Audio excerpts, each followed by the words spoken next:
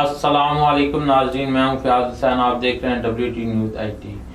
آج ہم بات کریں گے گورنمنٹ کی۔ گورنمنٹ IMF کے ساتھ جو ڈیل ہے اس کو بحال کرنے کی کوششوں میں ہے۔ یہ اس ٹائم پاکستان کی بہت بڑی مجبوری بنی ہوئی ہے، کیونکہ پاکستان کے پاس جو غیر ملکی زر مبادلہ کے ذخائر ہیں وہ بہت نچلی سطح پر آ چکے ہیں۔ چین نے ابھی ہمیں صاف جواب نہیں دیا، لیکن چین کی طرف سے کوئی خوش دلی کے ساتھ بھی جواب نہیں دیا گیا۔ ہمیں سعودی عرب کی طرف سے بہت زیادہ امید تھی اور سعودی عرب نے بہت مثبت جواب بھی دیا، لیکن انہوں نے ایک ساتھ شرط رکھ دی ہے کہ ہمیں IMF کا پروگرام یا جو اصلاحات ہیں وہ لازمی کرنی پڑیں گی۔ سعودی عرب نے کھل کر اس دفعہ بات کی ہے، ان کے مشیر خارجہ نے، کہ ہم لوگ اپنے لوگوں سے ٹیکس کلیکٹ کرتے ہیں اور ہم جب امداد کرتے ہیں تو وہ ملک جن کو ہم امداد دیں وہ اگر اس کی طرف سیریس نہ ہو، اپنے لوگوں کو پہ ٹیکس نہ لگائیں، تو ہم کس طرح ان پہ جو ہے نا بار بار یہ نوازشات کر سکتے ہیں۔ تو میرے خیال میں اب اس گورنمنٹ کی مجبوری بنتی جا رہی ہے کہ وہ IMF کے ساتھ ایک سیریس قسم کے مذاکرات کرے۔ سب سے پہلے اگر ہم تاریخی حساب سے دیکھیں، جو پاکستان اس دلدل میں پھنسا ہے اور ڈیفالٹ کے قریب گیا، سب سے بڑی مہربانی تو ہمارے اوپر عمران خان صاحب نے کی ہے۔ اس ٹائم شوکت ترین صاحب نے بھی کچھ بولا تھا، بعد میں تو وہ بھی چلے IMF کے مخالف ہی بات کر رہے ہیں۔ اس ٹائم انہوں نے کہا تھا جی 80 روپے کی جو ہے نا ہم نے ان کے ساتھ کمٹمنٹ کی ہے کہ ہم پیٹرول پہ جو ہے نا وہ 80 روپے بڑھائیں گے۔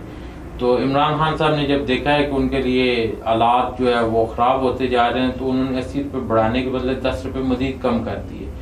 جس کی وجہ سے پاکستان نے جو ہے نا پیٹرولیم لیوی کے اوپر بہت زیادہ نقصان کیا ہے۔ تقریباً 3 سے 4 ارب ڈالر پلس کا نقصان جو ہے نا ہمیں صرف زیر مبادلہ ہمارے اسی میں ضائع ہو گیا۔ اس کے بعد آ کر مفتیٰ اسماعیل صاحب نے بہت اچھی کوششوں سے IMF کا پروگرام بھی بحال کیا، اور ایک سیریس نظر آ رہی تھی گورنمنٹ کہ وہ IMF کے ساتھ بھی سیریس ہے اور ملک کے ساتھ بھی۔ تو پھر پتہ نہیں کیا یاد آ گیا اسحاق ڈار صاحب کو واپس لانا، کیونکہ بظاہر جس ٹائم مفتیٰ اسماعیل صاحب کام کر رہے تھے وہ بظاہر ایک مشکل فیصلے کر رہے تھے، اور در حقیقت وہ مشکل فیصلے کر رہے تھے، لیکن بظاہر اس کی سیاسی قیمت جو ہے وہ پارٹی کو جو ہے نا وہ چکانی تھی۔ تو شاید اس وجہ سے انہوں نے اسحاق ڈار صاحب کو میدان میں لے کر آئے ہیں۔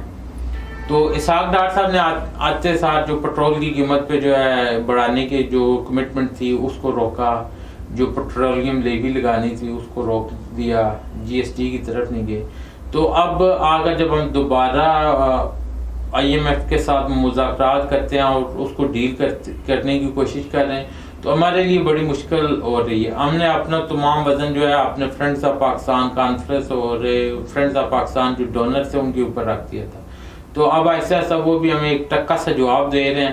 جس کے بعد شاید اس گورنمنٹ کو یہ ہوش آ رہا ہے کہ اب ہمیں سیاسی قیمت بھی جھکانی پڑے گی اور ملک کی اکنامک کو بھی سدھارنا پڑے گا۔ اگر یہ ایسے نہیں کرتے تو پھر ملک میں بہت زیادہ جو ہے نا وہ مسائل پیدا ہوں گے اور ملک ڈیفالٹ کی طرف بھی چلا جائے گا، کیونکہ اگر حقیقت میں دیکھا جائے اس ٹائم ٹیکنیکلی ہم لوگ ڈیفالٹ ہو چکے ہیں۔ مارکیٹ میں ڈالر کی 2 پرائز ہیں، ایک 230 روپے اور دوسری 260 پہ بھی مشکل سے ڈالر ملتا ہے۔ تو ایسی سچویشن میں جو ہے جب ہمارے پورٹ پر جو ہے وہ LCA نہیں اوپن ہو رہی، مال نہیں اٹھایا جا رہا، کل بحری امور کے وزیر انہوں نے ایک بہت اچھا انیشیٹو لیا کہ جو سامان تاجروں کا پڑا ہوا ہے پورٹ کے اوپر اس پہ جو ہے نا جرمانہ نہیں لیا جائے گا۔ تو عائشہ غوث پاشا صاحب نے بھی جو ہے نا سینٹ کی قائمہ کمیٹی میں اب بتا دیا ہے کہ یار اس وقت جو ہے نا ہم لوگ کوشش کریں گے پاکستان کسی طرح ڈیفالٹ نہ ہو، اور پاکستان جو ہے اپنی درآمدات میں کمی کی پوری کوشش کر رہا ہے، اور اب IMF کے پروگرام کو بحال کرنے کے سوا بھی کوئی چارہ نہیں ہے۔ ابھی کے لیے اتنا ہی، اللہ حافظ۔